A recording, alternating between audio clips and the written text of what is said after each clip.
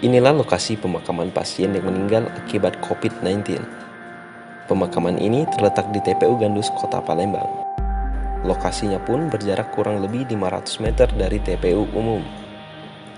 Dari data yang dihimpun terakhir pada Jumat 18 September 2020, Kepala Seksi Pemakaman Dinas Perumahan Rakyat dan Kawasan Pemukiman, Sarjan SPMSI mengatakan, total jenazah yang sudah dimakamkan berjumlah 312 jenazah dari pasien yang meninggal di Rumah Sakit Kota Palembang.